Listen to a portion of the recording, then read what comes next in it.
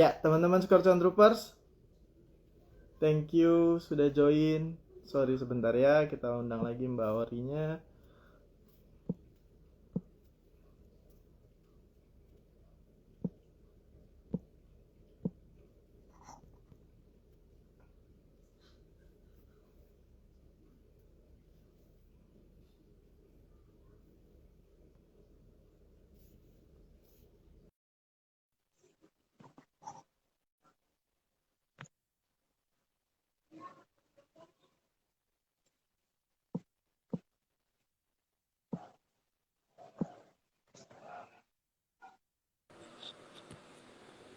Halo.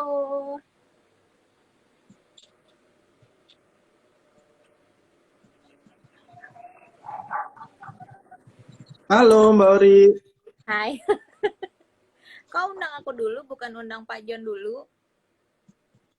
Karena masih belum ada respon dari Mbak Jonnya. Pak Jonnya. Oke, sudah. Coba kita coba ya. Beres.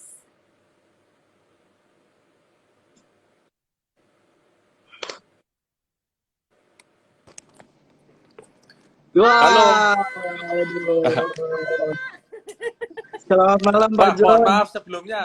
Ternyata saya lupa update aplikasi Instagram saya. Jadi nggak bisa join. Nggak apa-apa, Pak. Oke, oke. Tapi Itu kita kan namanya pantang menyerah ya. membangun hype. Pantang menyerah, maju terus Pak Pantang Jon. Harus menyerah begitu kita. dong. Jadi mohon Harus maaf agak finish. terlambat ini. Harus belajar finish. Iya, ini Nggak kan apa-apa, pelajaran Pak. buat kita ini. Benar. Oke, oke, oke. Ya, Pak Jon. Iya, Ya, Nanti lain Pak kali kita Jon. harus ngobrol lagi sama Pak John ya. siap. Kedua ya. Pak Jon, salam kenal Pak Jon. Eh, saya Bias, Head of Research dari Skor Sekuritas. Terus di situ Saya juga Ori, ada Pak. Mbak Ori itu Iya, yang begitu saya luar biasa di malam sini ini. jadi badutnya juru pantun. Wah, salam kenal, salam kenal. Salam kenal Pak Oke, John. kalau boleh, saya juga mau ngenalin sedikit profilnya Pak Jon. Tolong benerin ya Pak ya kalau ada salah. Mohon maaf gitu Iya, ya. Jadi iya. teman-teman Sukor Cuan Trooper semua, perkenalkan ini Pak Jon Bumi Harjo, narasumber kita malam ini. Malam ini kita akan ngobrol banyak sekali hal tentang Pak Jon, terutama tentang bersepeda. Kenapa bersepeda? Karena menurut kita itu adalah kita pernah bahas juga di blog kita di blog Skor Sekuritas, bersepeda sebagai salah satu apa ya cara untuk mengaktualisasi diri juga. Selalu ada perjuangan dan goals juga di situ, dan itu juga mungkin kita bisa belajar dari Pak John filosofi tentang bersepeda yang ada hubungannya juga sama mungkin main saham atau kita berbisnis sehari-hari gitu ya. Oke, Iya. Pak John ini luar biasa. Ini kalau boleh kita angkat Pak John jadi ketua sektor gowesnya Sukor Cuan Troopers ya Pak ya. Siap. Kehormatan buat saya, Pak. Siapa? Karena buat kita ini inspirational banget. Pak John adalah orang Indonesia pertama yang bisa finish di Unbound Gravel di Kansas di Kansas US 200 miles gitu. Banyak sekali hal-hal yang mau kita tanyain nih tentang event waktu itu Pak John. Iya. Tapi kalau boleh untuk berangkat pertama mungkin kalau boleh kita pengen tahu nih tentang Pak John dan bersepeda nih. Lebih cinta mana nih, sepeda apa istrinya nih Pak John? Loh. Wah, ini pertanyaan yang susah, Pak. Waduh. Karena istri saya tidak di sini, saya bilang sepeda. Kalau ada istri saya bilang istri saya, Pak. Coba Seenggaknya saya nggak bisa lihat dulu dijurit ada ya nggak Pak di ya. sini nih. Ada nggak yang komen di istri Bapak? Tapi semua intinya harus balance, Pak. Harus Oke, balance. betul. Iya. Betul. Oke, Pak John mungkin kalau boleh diceritain sedikit, emang udah bersepeda dari kapan dan apa sebenarnya yang memulai Pak John untuk bersepeda Pak? Kalau boleh di-sharing dikit Pak awal mulanya Pak. Jadi saya dulu sempat bersepeda MTB ya tahun 2011, tapi Oke. itu cuman main-main lah. Saya mulai serius itu tahun 2013 akhir. Kenapa saya mulai serius bersepeda? Karena waktu itu saya gemuk sekali ya, berat saya 100 kilogram lebih. Terus saya ada satu sakit punggung yang namanya HNP. HNP itu Oke. herniated disc. Jadi kalau kita lihat foto tulang belakang kita, itu kan ada hitam putih, hitam putih, hitam putih kan. Putihnya tulang, Iya, Pak. hitamnya ini yang disnya ini. Nah, disnya ini dia agak rusak dan slip keluar. Slipnya itu ke arah kanan kalau di badan saya. Jadi tiap kali saya jalan, kaki kanan saya dari pinggang sampai telapak kaki itu sakit. Saya bisa merasakan langsung, Pak. Iya. Dan itu tidur sakit, duduk sakit, berdiri sakit, itu sakit terus. Terus saya ke dokter, sama dokter dianjurkan, dokter ortopedik ya, dianjurkan sudah kamu coba segala cara, kamu Google, kamu apa terserah. Pokoknya kamu coba, kalau kamu sudah tidak tahan sakitnya, kamu ke saya operasi. Jadi saya Google apa sih ini HNP ini jelasnya. Terus saya lihat kok orang-orang, terutama orang bule, itu ternyata banyak yang seperti saya. Nah, terus mereka justru merekomendasikan ke satu dokter tulang yang namanya chiropractic. Mungkin kalau di Indonesia sekarang sudah mulai populer, itu yang kayak di kretek-kretek gitu Pak ya istilahnya ya. Nah, dituklak-tuklak gitu ya Pak ya? Ya di oklak-oklak gitulah. Nah, sama dokternya saya disuruh sepedaan. Dia bilang, Malah suruh kamu sepeda ya? sepedaan. Karena sepedaan itu bikin core muscle kamu kuat, bisa memperkuat punggungmu. Jadi pressure-nya ke disk ini lebih berkurang. Dan dia bilang kamu harus kurusin badan, dia bilang gitu. Karena berat saya waktu itu luar biasa sih, 100 kilo lebih. Gitu. Tapi karena saya tinggi, orang tidak ada yang bilang saya gemuk. Tapi kalau dilihat timbangan, ya ngeri juga 3 digit kan. Lumayan ya Pak ya? Gitu, iya. Kalau di saham naik 100% kan enak. Kalau di berat badan 100 kilo, ampun deh. Abot ya Pak ya? Iya. Tertolak nih. Ya, jadi asal mulanya seperti itu, saya coba sepedaan.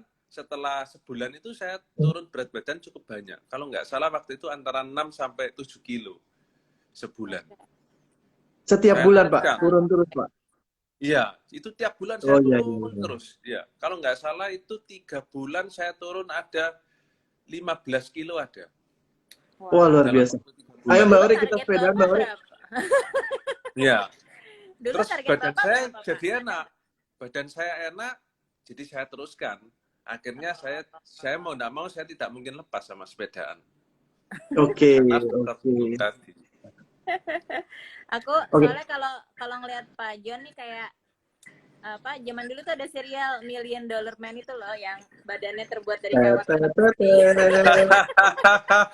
Aku nggak kebayang kalau zaman dulu sempat sakit itu, sempat berat badannya banyak, terus tiba-tiba naik sepeda bisa jadi kayak sekarang gitu. Aduh, itu prosesnya berapa lama sih Pak? Kalau proses turunin berat badannya, sampai benar-benar merasa enak itu 6 bulan. Setelah setengah tahun itu saya benar-benar merasa enak sekali badan. Jadi ya saya teruskan sepedaannya. Dan tambah lama tambah gila. Oke, ini kan berarti tambah lama tambah gila Pak. Padahal goals-nya kan dari niatnya adalah untuk nyembuhin sakit waktu itu udah bisa dibilang tercapai Pak. Ada perubahan goals nggak sih Pak sekarang Pak? Dalam main sepeda ini Pak? Kalau goals-nya sih dulu memang kepingin menyembuhkan yang sakit punggung saya ya. Maksudnya saya kepingin simptomnya itu hilang. Tapi sejalan dengan waktu, saya semakin mencintai olahraga sepeda ini, Pak. Jadi akhirnya goalnya jadi naik level lagi.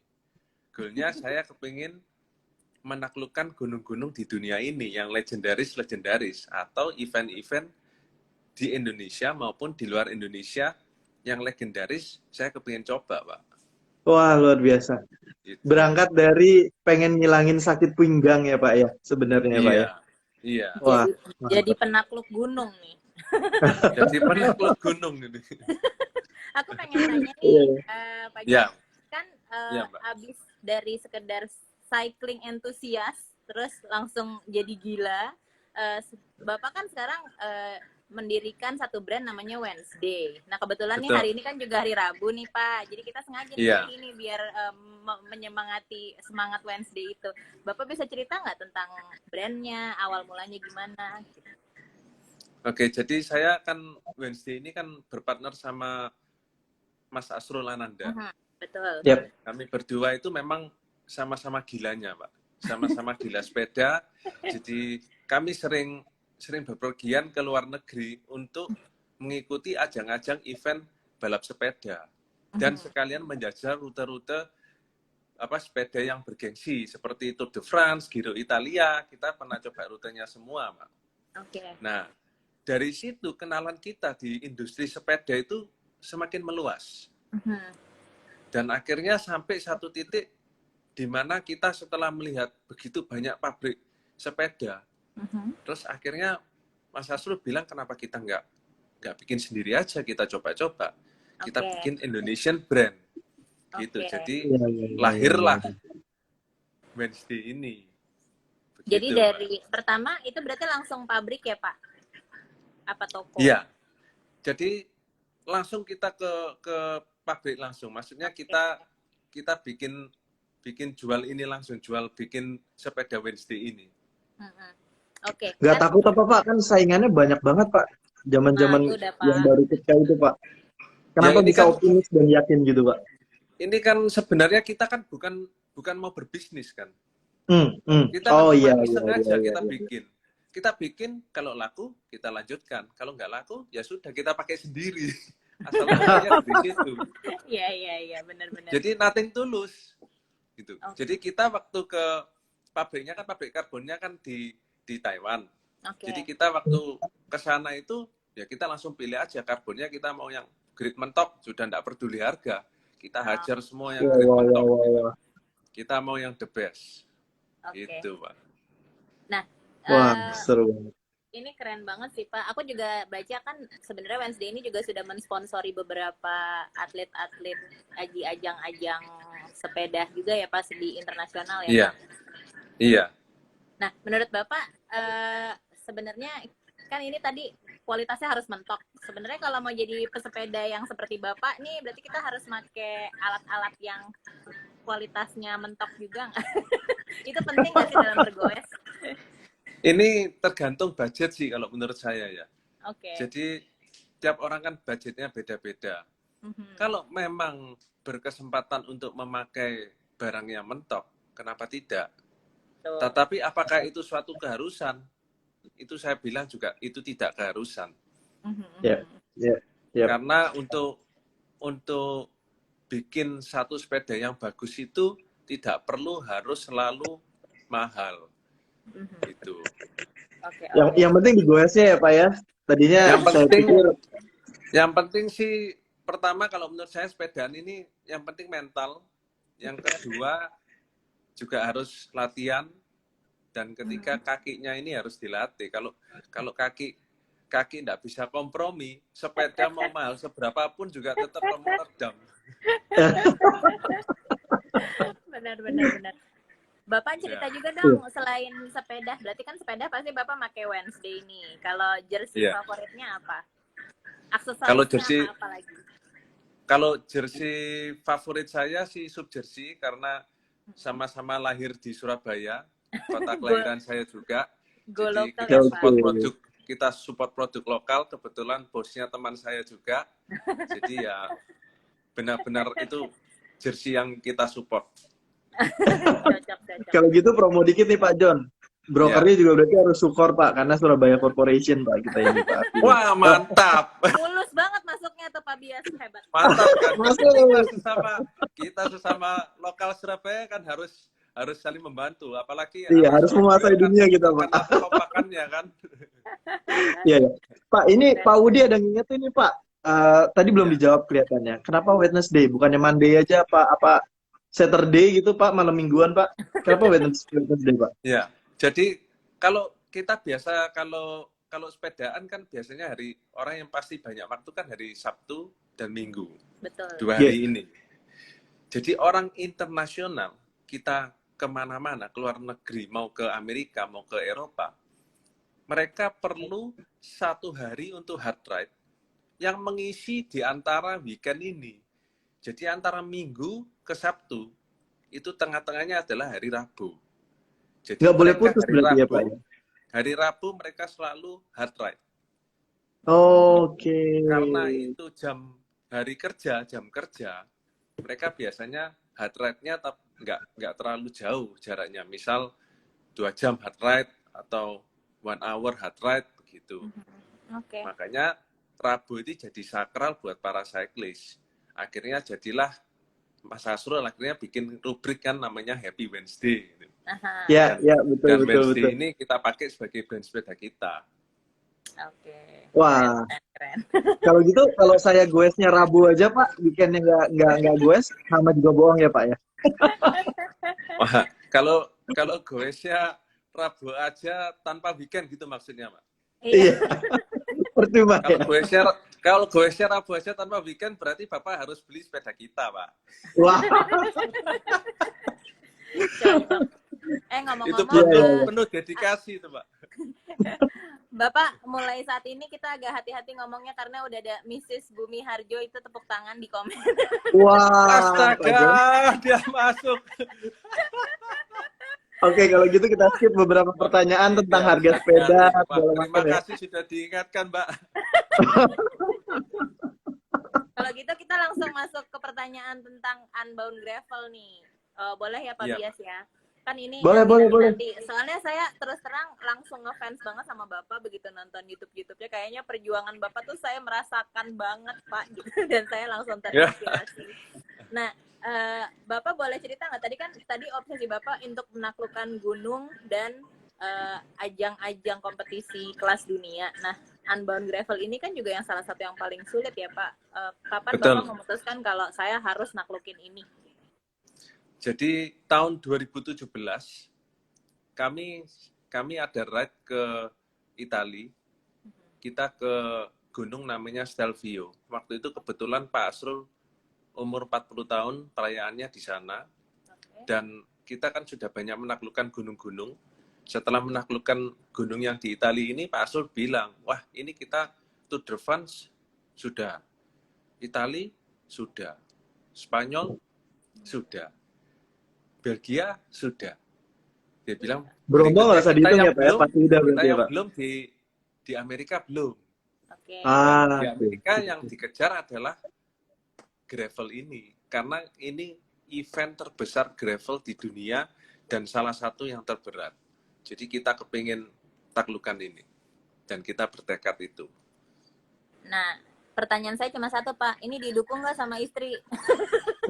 Oh ini didukung. Ini. Kalau nggak percaya bisa ditanya itu orangnya di situ. Oh iya. Didukung, aman. Oke, seru banget. Iya Pak John, ini penasaran banget Pak. Kalau ngeliat videonya dan cerita di blognya, ini kan berat banget ya Pak. Sebenarnya sebelum kita masuk ke masa persiapan, saya mau tahu, pernah ngerasa pengen stop di tengah jalan nggak sih Pak? Waktu goes di Dirty Kanza kemarin itu Pak?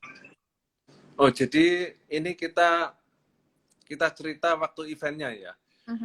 Waktu event itu namanya kita ini acara supra endurance. Jadi ini kan benar-benar gila kan, jaraknya 330 kilo.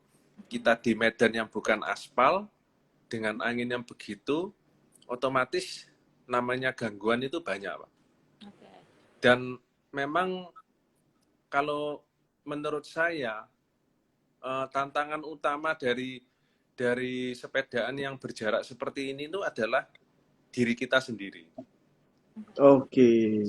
Ya, jadi selalu kita itu kepingin, wah kita lihat kita lewat satu jalan ada bule berhenti, kita kan tergoda juga, wah aduh enaknya ya kalau berhenti sebentar ya. Untungnya di sana itu tidak ada apa-apa Pak. Jadi kalau Bapak lihat ke kiri dan ke kanan itu isinya cuman ladang dan sapi hitam. Bahkan rumah penduduk pun susah.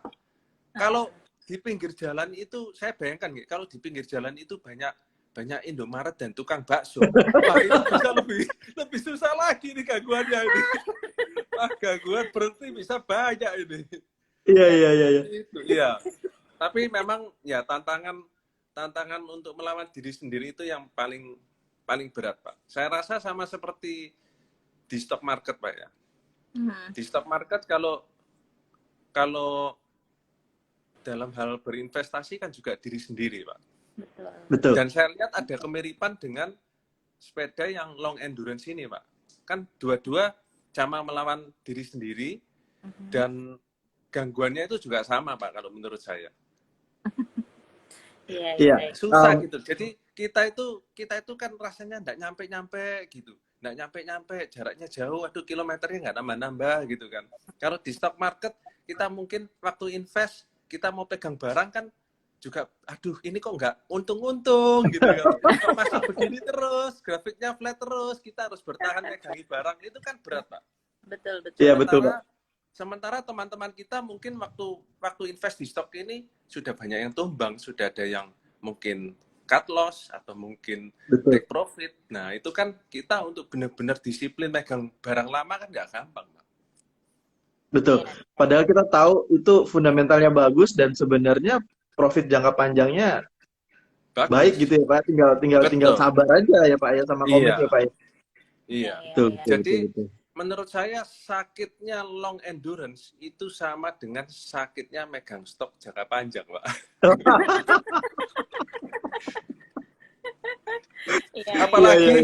Apalagi kalau waktu pegang stoknya itu, kalau di sepeda kita ada kerikil-kerikil seperti ada tantangan headwinds, ada panas terik matahari. Kalau di stok, kalau kita pegang lama dan posisinya lagi merah, Pak, aduh, sakitnya sampai ke tulang, Pak, rasanya. Berasa ya. Iya. Tapi ujungnya pasti seneng ya, Pak ya? Bener. Gimana, Pak? Tapi ujungnya pasti seneng ya, Pak ya, finishnya, Pak ya. Itu yang harus selalu. Kalau finish seneng, Pak. Sama kalau di stock market, kalau akhirannya dikasih untung Tuan itu juga ya, kita seneng, Pak. Ini ngomong-ngomong Pak Bias, istrinya Pak John bilang, John pantang menyerah, hajar terus orangnya. Berarti ini dalam kehidupan percintaan dulu mengejar sang istri juga pantang menyerah berarti. Iya. Langsung ada testimoninya. Kita kan aliran pantang menyerah. Maju terus demi tujuan ya, Pak ya. Pak John ceritain dong persiapannya berapa lama menuju Unbound Gravel ini. Soalnya kan aku baca juga katanya Bapak misalnya harusnya di tahun sebelumnya, tapi karena pandemi tertunda gitu kan. Masuk Unbound Gravel ini juga nggak gampang kan Pak, harus di-approve dulu gitu-gitu. Persiapannya berarti Bapak berapa lama? Jadi kita kan daftar tahun 2018 itu untuk event 2019. Dan waktu 2019 ada COVID-19 sama mereka diundur menjadi 2020. Oke. Ya. Terus habis itu ternyata kan 2020 ini itu baru mereka umumkan itu awal tahun. Jadi kita persiapannya baru mulai awal tahun juga. Oke. Gitu. Itu di Indonesia apa kira-kira 5 bulan Pak? Lah, 5 bulanan. Oke. Persiapannya apa aja? Maksudnya dietnya berubahkah? Apa langsung ngerakit sepeda baru atau gimana? Jadi kita langsung bikin senjata. Senjatanya kan harus, ini kan sepedanya kan nggak bisa sepeda road bike biasa. Jadi kita harus sepedanya sepeda yang benar, sepeda untuk gravel gitu. Nah, yang susah adalah kita harus mikir bannya ini mau lebar berapa untuk medan di sana. Nah, kita kan nggak ada contoh.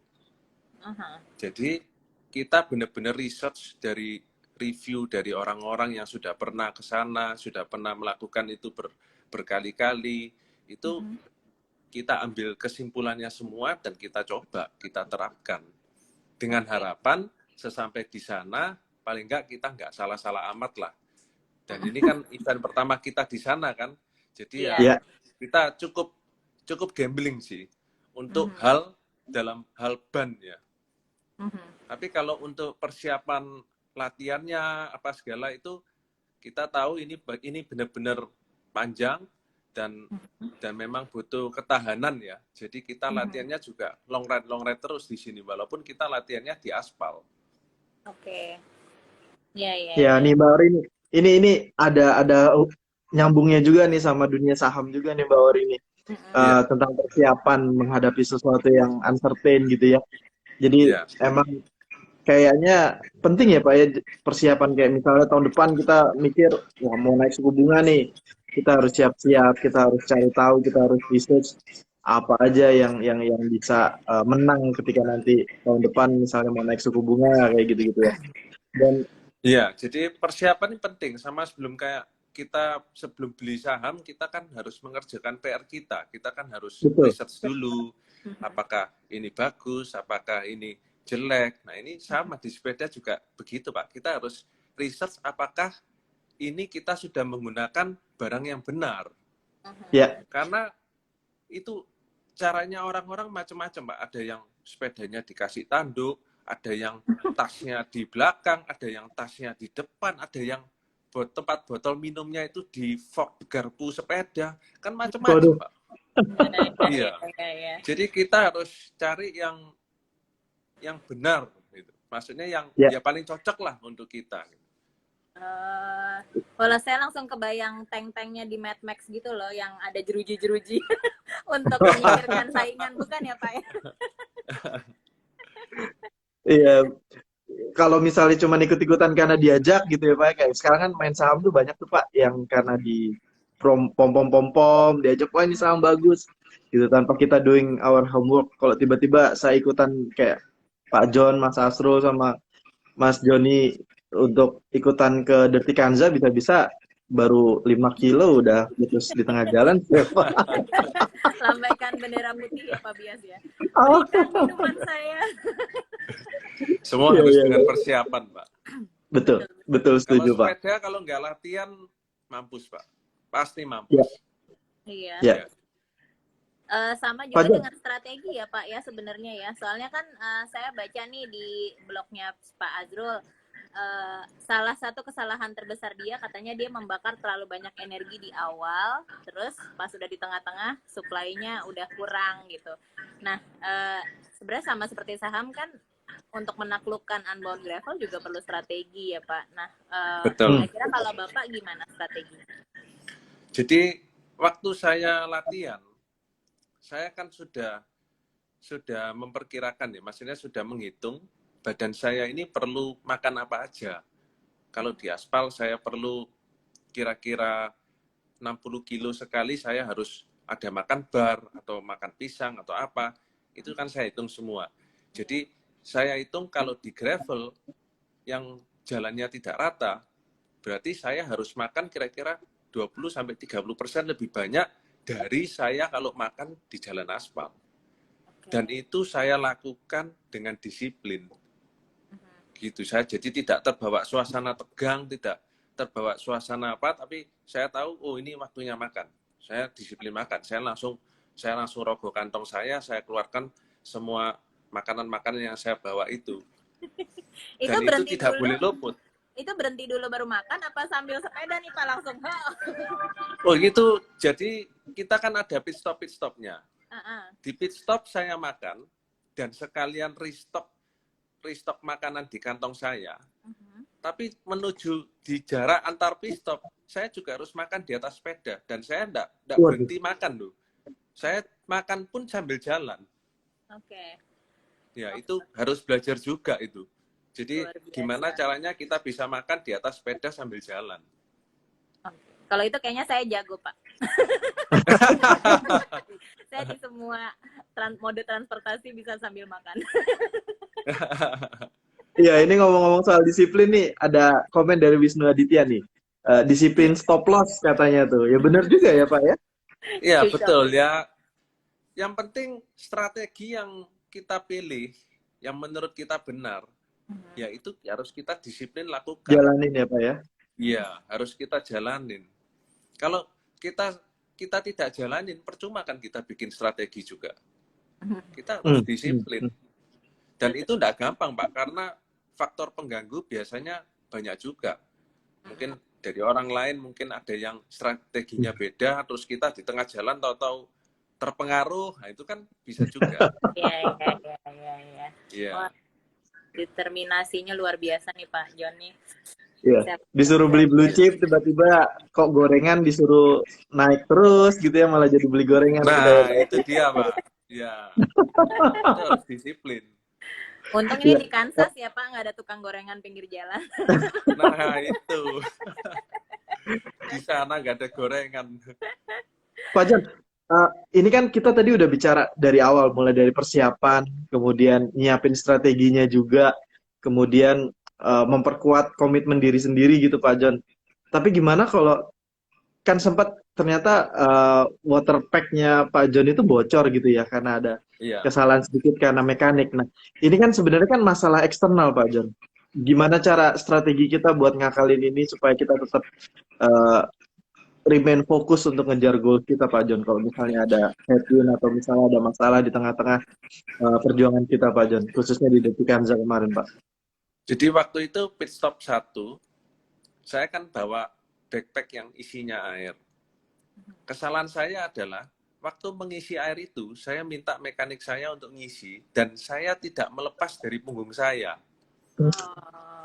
Jadi mungkin itu yang bikin dia agak susah dan akhirnya dia ada melepas sesuatu yang bikin tidak benar itu. Jadi bocor terus. Nah, ini buat saya pelajaran buat tahun depan ini, Mbak. Kayak kejadian ini. Berarti tahun depan saya kalau ngisi air, saya harus lepas dari punggung itu tas. Yang pertama itu. Yang kedua, saya harus bawa tas cadangan. In case kalau memang benar-benar rusak atau selangnya rusak, saya ada cadangan. Kalau kemarin benar-benar rusak dan tidak bisa dibetulkan, Pak, wah bisa selesai saya, Pak. Untungnya kemarin akhirnya bisa dibetulkan, jadi saya lanjut terus. Kalau enggak kan saya cuma tersisa 2 bidon aja yang boleh dibilang minim lah. Itu otomatis lebih susah, lebih berat gitu. Dan kalau ada kendala seperti ini sih, saya kemarin itu saya tidak panik. Yang pertama itu. Yang kedua ya kita jalanin aja. Jangan tidak mencoba untuk lanjut, langsung, wah rusak, udahlah, loading atau disk gitu. Enggak, saya tetap nge-fight. Saya tahu ini bisa enggak finish gara-gara ini. Tapi saya akan mencoba sampai titik darah terakhir dulu. Gimana? Dan untungnya setelah jalan puluhan kilo tanpa air itu, kok ya pas beruntung panitia menyediakan 1 water station yang tidak diumumkan sebelumnya. Nah, ini kesempatan saya untuk minum air yang banyak dan ngisi lagi sekalian membetulkan yang water pack tadi ya. Iya, water pack tadi. Itu wah, ini keren banget ya Pak ya Pak ya, kayak di tengah tiba-tiba ada air water station langsung.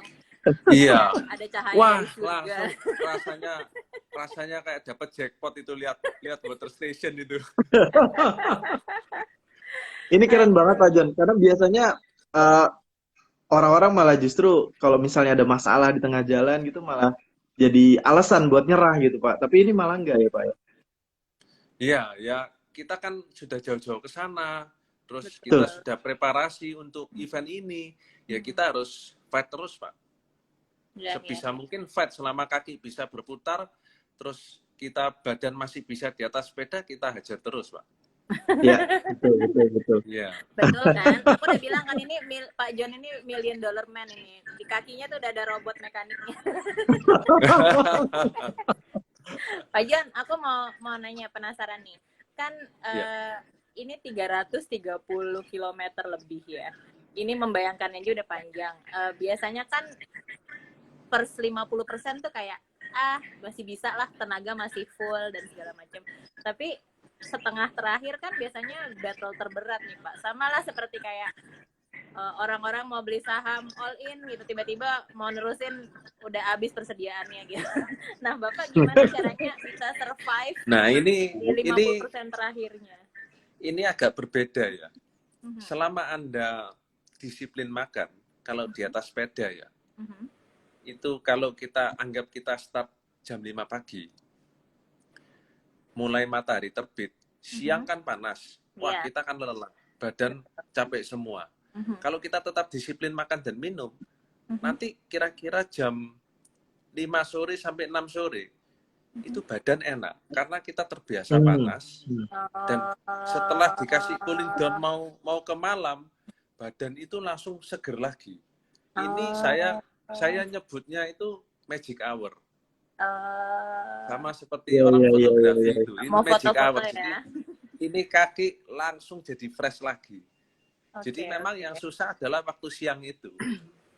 Tapi setelah berganti malam, itu kalau secara kaki dan badan tidak apa-apa. Yang jadi tantangan adalah penglihatan karena gelap.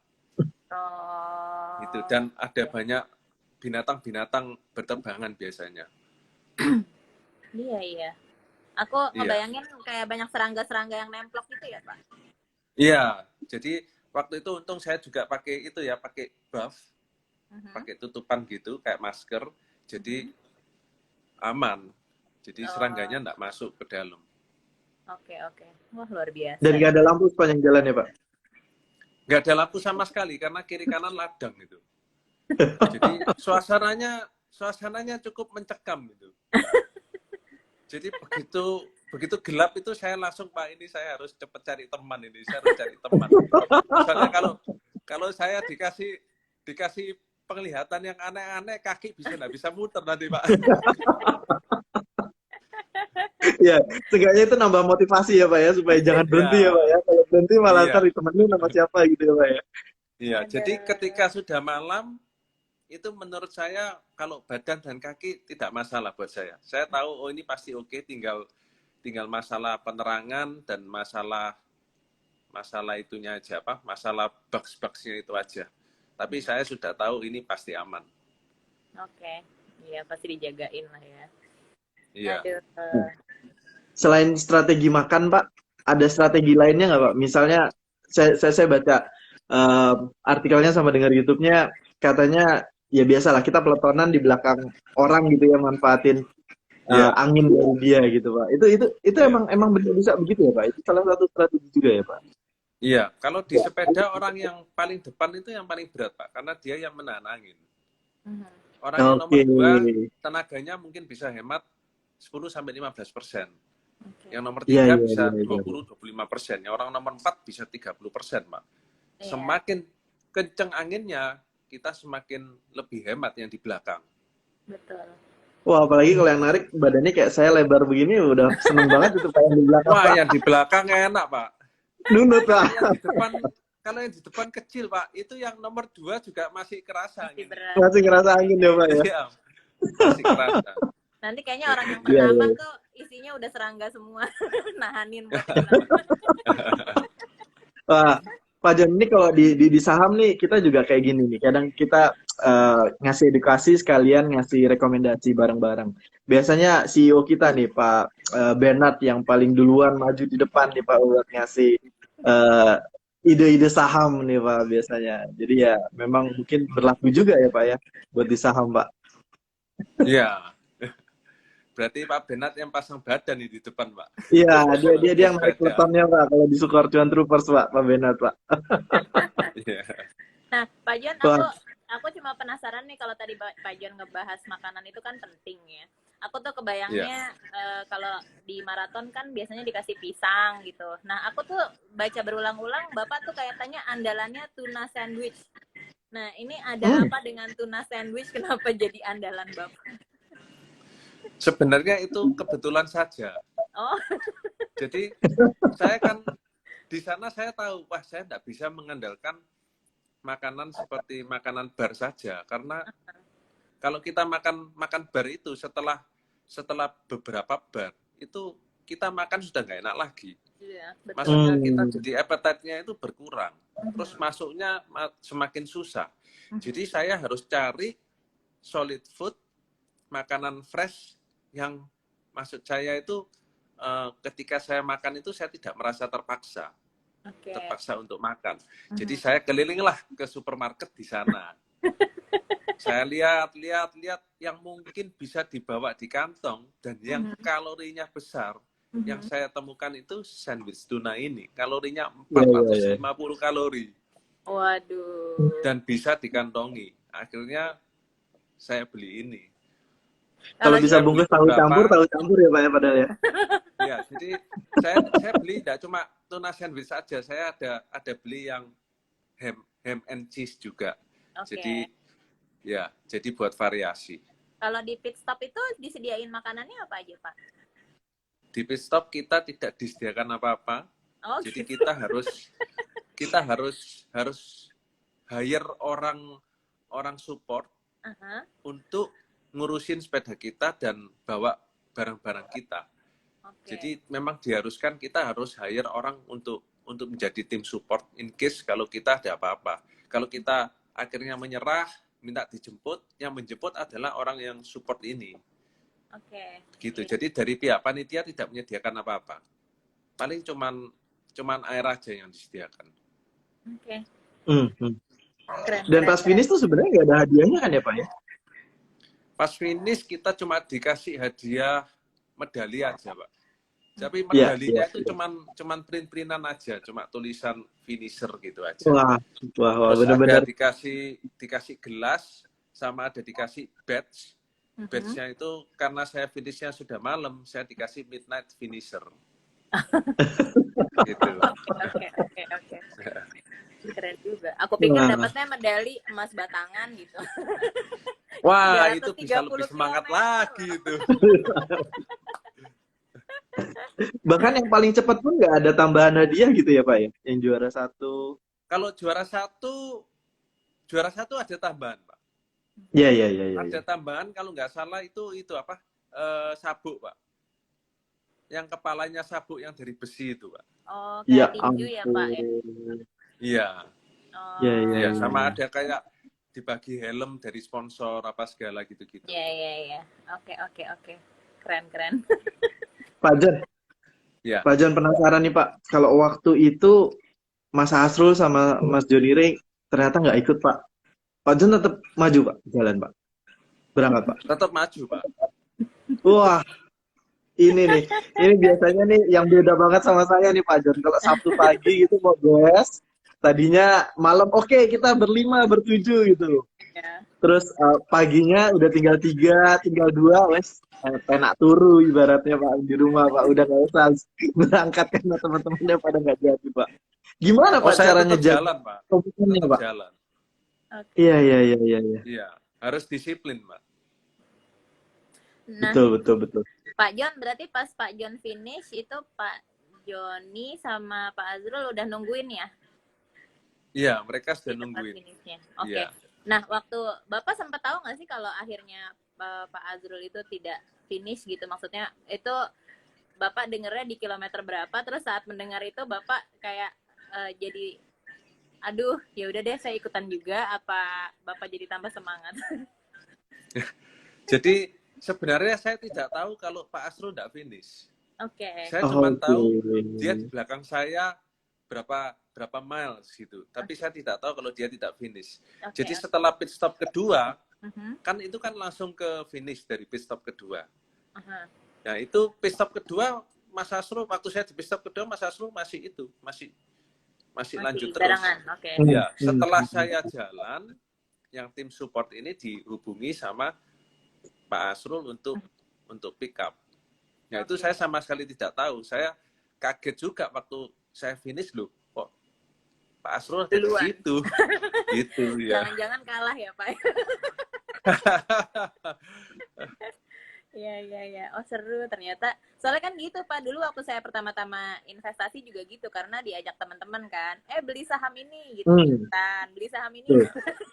Terus giliran yang lain cuan aku enggak, pundung gitu. Terus kalau ada yang udah bosen aku ikutan gitu. Jadi emang mental itu adalah segalanya ya Pak ya. Ya, mental itu adalah segalanya, dan kalau saya lihat ada kemiripan lagi untuk investasi dengan sepeda ini ya. Kalau kita baru mulai sepedaan, itu kan kita tidak mungkin kita langsung mau menaklukkan Gunung Bromo. Betul. Kita kan harus step by step. Jadi maksudnya kita ke Pandaan dulu lah. Atau kalau di Jakarta mungkin kita coba taklukan KM0 dulu lah. KM0 sudah bisa, kita ke Rainbow Hill dan ke Rindu Alam. Ya, betul. Setelah itu takluk semua, baru ke Bromo. Jangan baru gowes langsung ke Bromo ya. KO lah. Seperti itu kan. Nah, sama kalau di saham mungkin kita maunya bikin mulu dari awal, maunya wah saya mau cepat kaya, saya mau langsung jackpot. Sebenarnya kan semua itu proses. Kita jadi harus melalui little gains dulu. Ini yang susah, karena kalau kita aimnya langsung bikin terus bisa copot tengah jalan. Kan seperti itu, Pak. Jadi celebrate the little win ya, Pak ya? Iya, harus celebrate the little wins. Oke, keren. Silahkan Pak Bias. Kalau saya berarti harus tahu diri juga Mbak Ori. Jangan tiba-tiba baru beli sepeda udah pengen ke KM 0 itu, yang ada copot di tengah jalan. Kalau saya ya, semua bertahap, Pak. Alam. Betul, harus bertahap ya Pak Jon ya. Ya, jadi tanjakan ini memang berat. Jadi kita sebelum menjajak ke tanjakan, mendingan kita main flat dulu. Saya dulu juga awal-awal main flat dulu, Pak. Main flat 15 kilometer saja loh. Saya pulang sudah terkapar-kapar, Pak. Itu saya ada saksi istri saya itu. Saya pulang langsung ya, Pak, 15 kilo. Dari 15 terus jadi 50. 50 sudah kuat, saya tambah 100. Habis 100 memberanikan diri ke 150 dan seterusnya. Jadi bertahap, Pak. Saya pun kalau misalnya off lama ya, jadi ini saya nggak bisa goes nih 2 minggu misalnya, 2 minggu off. Setelah 2 minggu off, saya nggak langsung hajar 300 kilo, Pak. Pasti hancur punya. Saya harus lari ke 100 dulu, terus 150, 200, baru 300, Pak. Jadi harus bertahap. Dan ini kan melatih kesabaran juga, Pak. Dimana ini sangat cocok juga untuk investasi orang kan paling tidak sabar. Saya kepingin stok ini cepat naik kan gitu kan. Betul. Iya, Pak. Iya. Sebenarnya sama ya, kayak meniti karir juga nggak boleh pengen langsung jadi CEO, ya berproses. Sama kayak bangun bisnis juga gitu ya, Pak ya. Iya, jadi semua tapi pasti. Iya. Betul. Harus step by step. Wah, saya langsung mau nyanyi nih, step by step. Ketahuan era usianya. Bapak, cerita dong soal itu. Kan tadi Pak Bias bilang Pak Jon adalah ketua Sekte Goes. Nah, Sekte Goes itu apa, Pak? Saya kok mendengarnya langsung dak-dik-duk ini. Sekte Goes ini kan klub bikinan Sukor Invest sebenarnya, Pak. Jadi ini klub sepedanya Sukor Invest, di mana kalau mau jadi membernya itu harus menyerahkan fotokopi KTP, mengisi formulir, dan taruh duit di Sukor Invest. Bonusnya goes. Bonusnya goes. Gitu. Mungkin dari Sukor Invest bakal ada bonus-bonus jersey. Wah, pasti Pak. Udah kita siapin, Pak. Bahkan kita siapin Boris, kita punya maskot juga bakalan ikutan sepedaan, Pak, nanti Pak di jersey-nya, Pak. Mantap. Gitu. Pak Jon, mungkin ini ada 1-2 pertanyaan terakhir nih Pak Jon. Nanti satu dari saya, satu dari Mbak Ori ya Mbak ya. Boleh. Kalau dari saya nih, jadi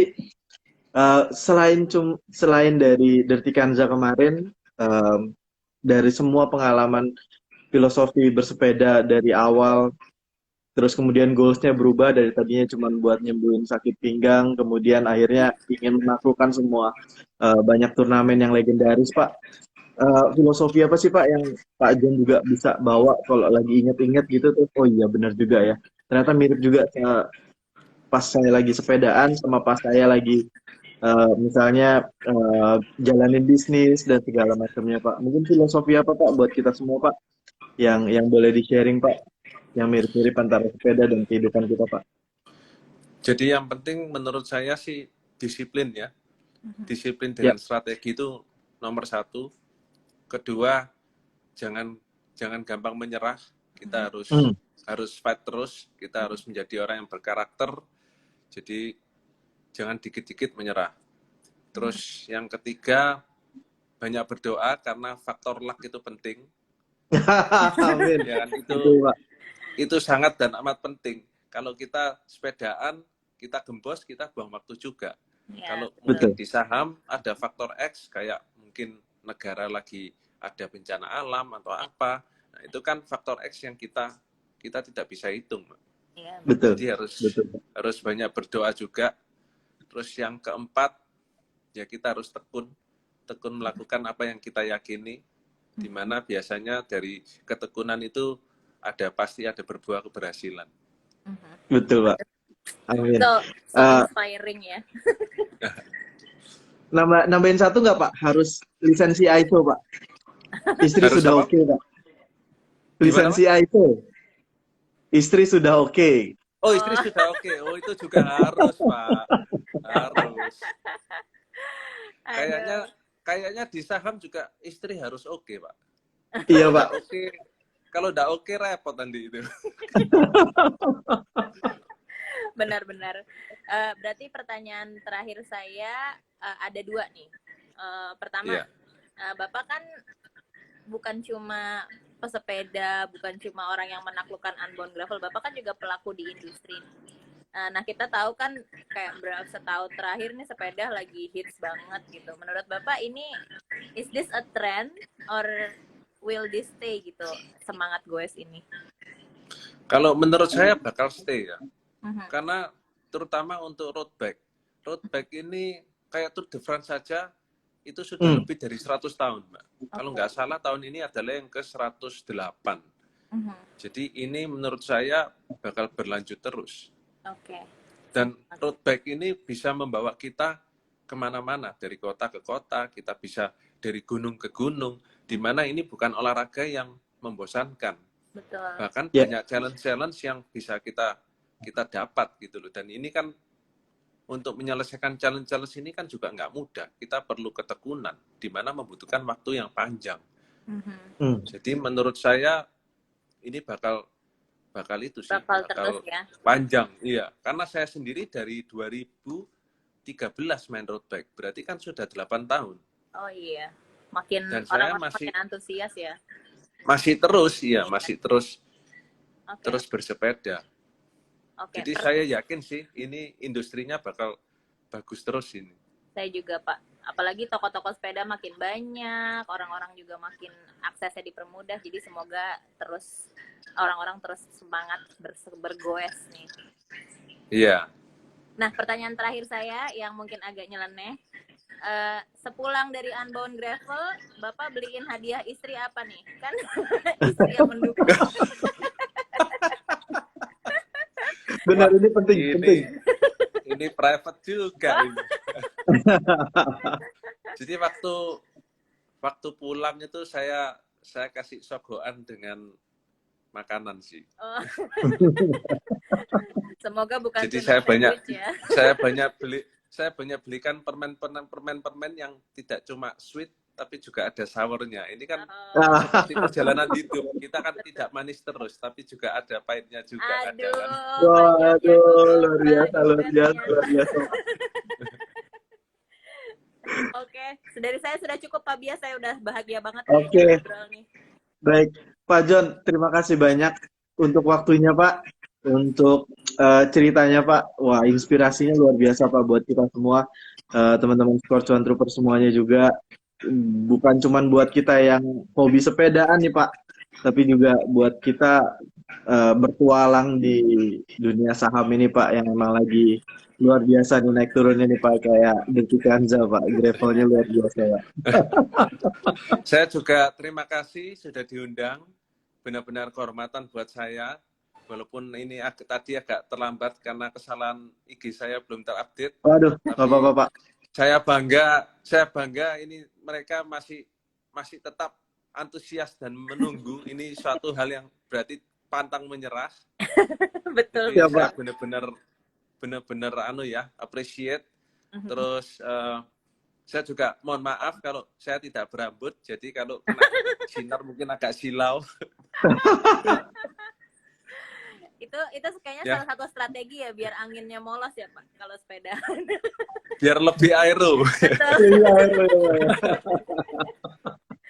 Oke, terima kasih banyak Pak John, terima kasih Pak Bias. Ya, terima kasih semuanya. Pak John. Ya. Terima kasih Mbak Ori, terima kasih semuanya. Salam sehat. Have a nice weekend juga nanti dan semoga kita semua selalu sehat-sehat ya. Amin. Ya. Amin. Terima kasih semuanya. Izin pamit. Terima kasih tuh entrepreneur semuanya juga. Dadah. Makasih Pak. Yo, makasih.